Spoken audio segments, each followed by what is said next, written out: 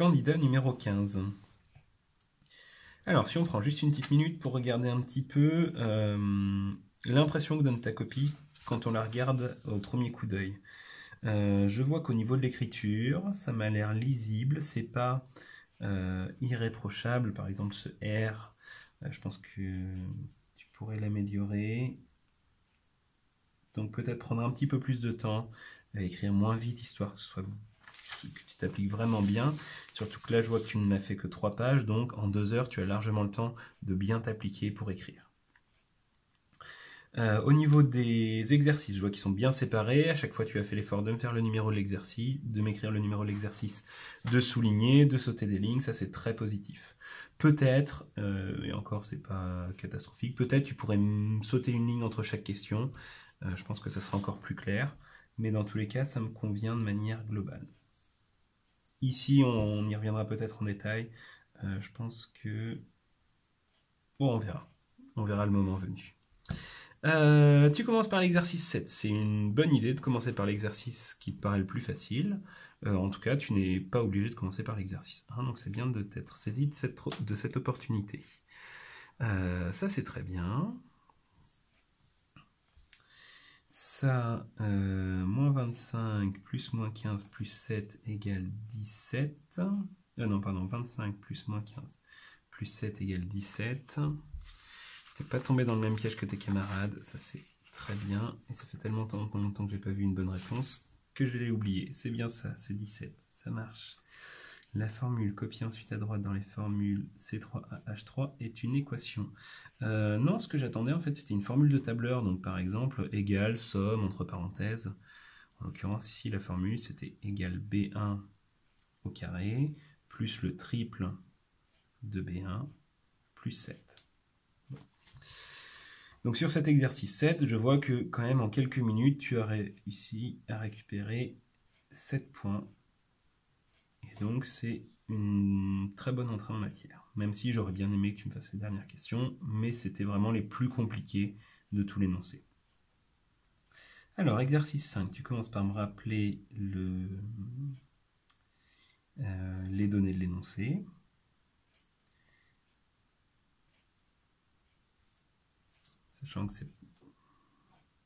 Sachant qu'au niveau du français, c'est un petit peu limite, par exemple. Donc, on sait que 1 mètre cube égale 1000 litres. Oui. On sait que juillet égale 31 jours. Attention, ici, le signe égal, il ne me convient pas. On sait que juillet comporte 31 jours. Il aurait mieux valu un verbe. On sait que arroseur a un débit de 0,4 mètres cubes. Donc là, il manque un petit article. Et le dernier, on sait que composé de 4 arroseurs et 12 circuits indépendants.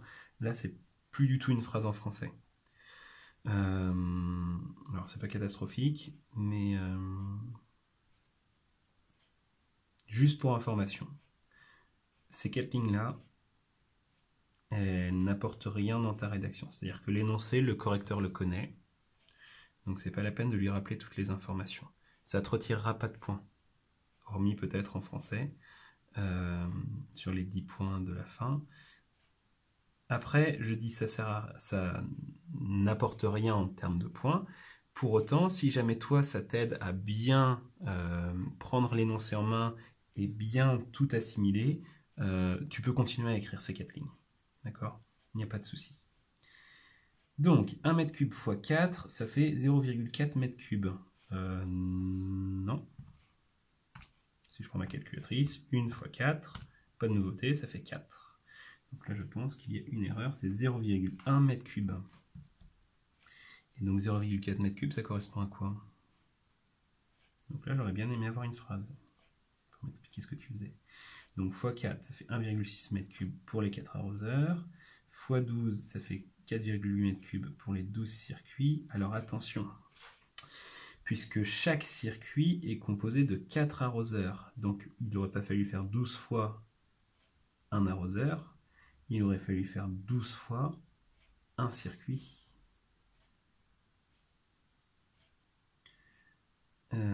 Ici, il manque une virgule.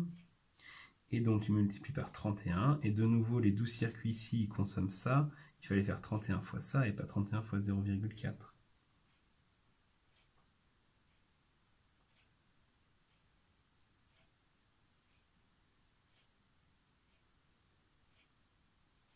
Donc là, tu es parti dans une... Enfin, ce que je constate avec cet exercice, c'est que tu n'es pas au point sur la proportionnalité. Tu m'as fait plein de multiplications. Alors, effectivement, tu pouvais te sortir de tout cet exercice en faisant que des multiplications. Le problème, c'est que tes multiplications, elles sont pas cohérentes, elles sont pas logiques en fait. Donc, comme je t'ai expliqué par exemple tout à l'heure ici, tu fais 12 fois 0,4 pour trouver pour un circuit, alors qu'il aurait fallu faire 12 fois un circuit. De même ici, donc 12,4 mètres cubes, tu me dis que c'est ce que tu as consommé pour tout le mois de juillet. Et là, pourquoi est-ce que tu le multiplies par 15 minutes? Et surtout, si tu multiplies des mètres cubes par minute et que tu les multiplies par des minutes, ça ne peut pas te donner des mètres cubes. Ça te donnera des mètres cubes minutes. Alors, au niveau du français, attention, ici seront consommés avec 2 M et un S pendant tout le mois de juillet si on arrose le gazon. Sur cet exercice, je vois que tu n'es pas au point encore bien sur les multiplications. Donc, je vais t'encourager à être beaucoup plus rigoureux ou rigoureuse et à ne pas hésiter à faire. Par exemple, dans cet exercice, tu pouvais le réussir en faisant peut-être 5 ou 6 tableaux de proportionnalité. Et bien, c'est pas grave, d'accord? Donc, tu faisais par exemple un arroseur, 4 arroseurs.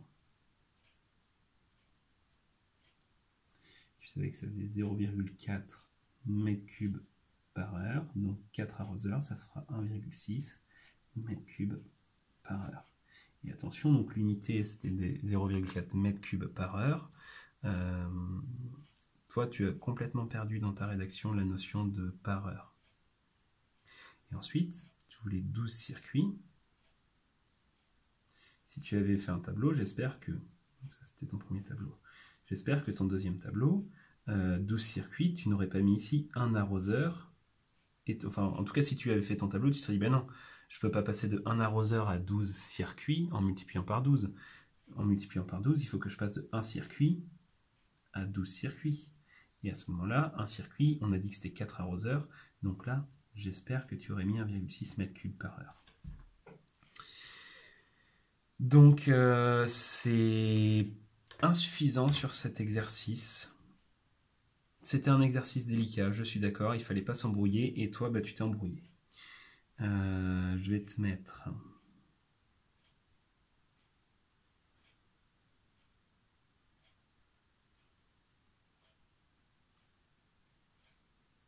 Je ne peux pas te mettre plus que 3. Parce qu'il y a beaucoup d'erreurs. 3,5. Parce qu'il y a beaucoup d'erreurs. Ici, tu mets des mètres cubes, alors qu'on demandait des litres, donc ça veut dire qu'il y a un problème de lecture d'énoncé. Ici, tu me fais des multiplications qui ne correspondent pas. Pour autant, je te mets à peu près un tiers des points, puisque tu t'es engagé dans une démarche, alors c'est pas irréprochable au niveau de la rédaction, j'aurais préféré avoir des phrases complètes plutôt que juste pour les 4 arroseurs. Tu fais l'effort de m'écrire tes calculs, de m'expliquer ce que tu fais au fur et à mesure. Donc c'est pour ça quand même que tu repars pas avec 0. Mais il y a un problème ici au niveau de la logique, et je pense que faire des petits tableaux et faire des phrases complètes à chaque fois, ça pourra t'aider à ne pas tomber dans les pièges dans lesquels tu es tombé ici. Exercice 6. La fréquence cardiaque de Chris au départ de la course est 50 battements par minute. Non, c'était 52. Alors, pour autant, je ne vais pas te mettre 0, je vais te mettre 2, et je vais t'expliquer pourquoi. Si jamais on prend le graphique et qu'on regarde le départ de la course, on voit vraiment qu'on n'est pas à 50. On est un petit peu au-dessus. Donc la bonne réponse ici, c'était 52. Alors, je suis d'accord que c'est tout petit, il n'y a pas de graduation entre 50 et 60, donc savoir que c'était 52, c'était pas facile. Et si tu m'avais répondu 51 ou 53, je t'en aurais pas voulu. Pour autant, là tu me réponds 50 et on voit clairement qu'on n'est pas sur la graduation des 50. Donc je ne peux pas accepter cette réponse. Alors je te mets quand même 2 points parce que tu as fait l'effort d'aller chercher le graphique, tu as regardé au bon endroit. Par contre, il faudra être plus précis à l'avenir. Donc c'est pour ça que tu as quand même la moitié des points. La fréquence cardiaque maximum, 160 battements par minute. Oui, on sait que 1 heure, ça fait 60 minutes. Chris, ok, il est parti à 9h33, il termine à 10h26. 60 plus 33 plus 26, ça fait 119. Et non, Non, non, non. Pourquoi c'est pas bon? Tu me fais une addition avec 3 nombres. Et je vais te faire un petit schéma pour essayer de t'expliquer pourquoi ça marche pas.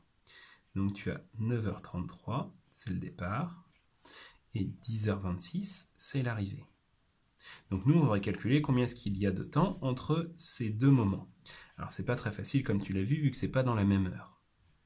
Eh bien la bonne idée ici, c'était de rajouter 10 heures au milieu, et comme ça tu pouvais calculer dans un premier temps combien est-ce qu'il y avait de minutes ici, et combien est-ce qu'il y avait de minutes ici. Donc ici c'était facile, il y en avait 26.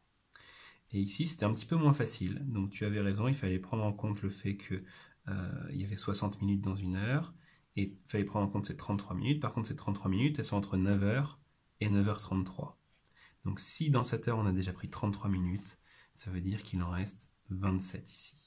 Donc la bonne addition à faire, c'était 27 plus 26. C'était sur 4 points, donc là, ton addition est fausse. Et tu ne mets pas d'éléments qui me permettent de valoriser ça. Je te mets 1 point, puisque tu as fait le début d'une démarche, tu as pensé qu'il fallait utiliser 60 minutes dans une heure, tu as vu que c'était pas aussi facile, et puis tu n'es pas tombé dans le piège surtout de faire des nombres à virgule ou je ne sais quoi. Donc je te valorise quand même d'1 point. Chris a fourni un effort soutenu pendant 20 minutes. Non. Et là, tu ne m'écris pas de justification. Donc ça ne peut pas te rapporter de points. Et tu ne m'as pas fait la question 4. C'était quoi la question 4? Ah oui, c'était le calcul de vitesse. Oh, le calcul de vitesse, ça il faut savoir faire. À revoir d'ici le brevet. Calculer des vitesses.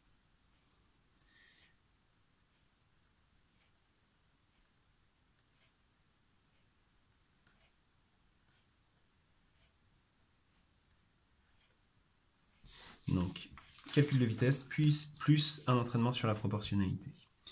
Alors, le programme pour réaliser la figure ci-dessus est le programme B. Non. Et du coup, ta figure ne correspond pas non plus. L'espace entre deux motifs successifs mesure on ne sait pas combien. Alors cette phrase-là, elle ne peut pas te rapporter de points ici. Par contre, dans les points de français, donc les 10 points à la fin, c'est pas inutile de mettre le début, même si tu n'as pas la réponse, puisque ça pourra te rapporter des points dans je constate que le candidat il est capable de faire des phrases, qu'il me fait sujet, verbe, complément. Donc ça, c'est quand même positif de faire une phrase même si elle n'est pas complète. Enfin, même s'il manque la réponse. Alors, il faut insérer cette instruction dans le programme B en dessous de cacher. Non, malheureusement. C'est pas la bonne réponse.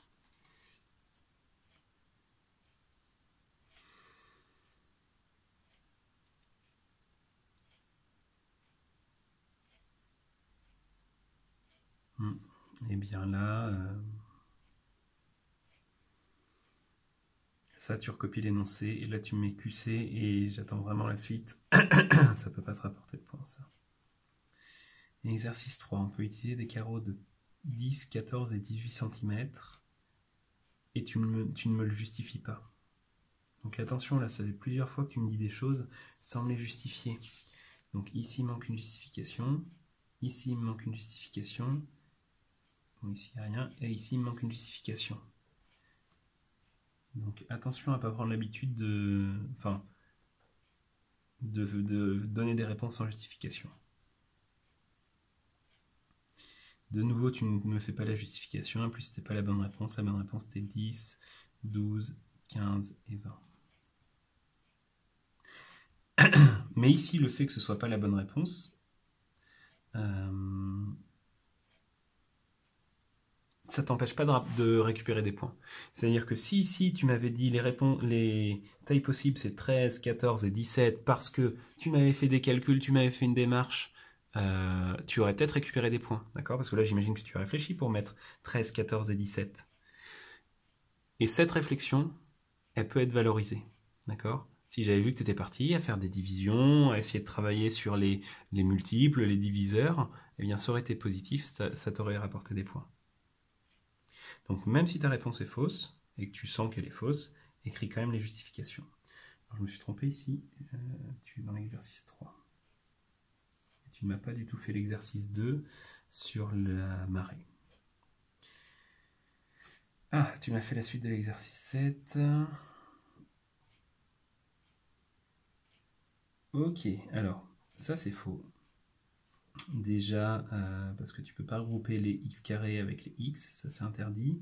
Et également parce qu'en fait, là, la question c'était montrer que le résultat c'est ça, donc t'as pas le droit de t'en servir dès le début. Par contre, dans la deuxième, t'es pas loin de la bonne réponse. Donc tu as regardé le programme B, tu as vu qu'il fallait prendre un nombre au carré, tu as vu qu'il fallait rajouter le triple du nombre de départ. Alors attention, c'est là où tu fais une erreur. Il faut rajouter le triple du nombre de départ. Donc c'était x carré plus 3 fois x plus 7. Donc cette question elle était sur 3 points, je vais quand même te mettre 1,5 point pour ce que tu m'as fait. Et enfin au niveau du français, donc il y a beaucoup d'endroits où il manque des justifications, donc tu ne pourras pas avoir une excellente note. Pour autant, tu m'as fait l'effort, il n'y a pas énormément de fautes, enfin quand même, il y en a quelques-unes qui traînent. Je vais te mettre 6 sur 10. Ce qui nous fait un total de 6, 11, 18, 24.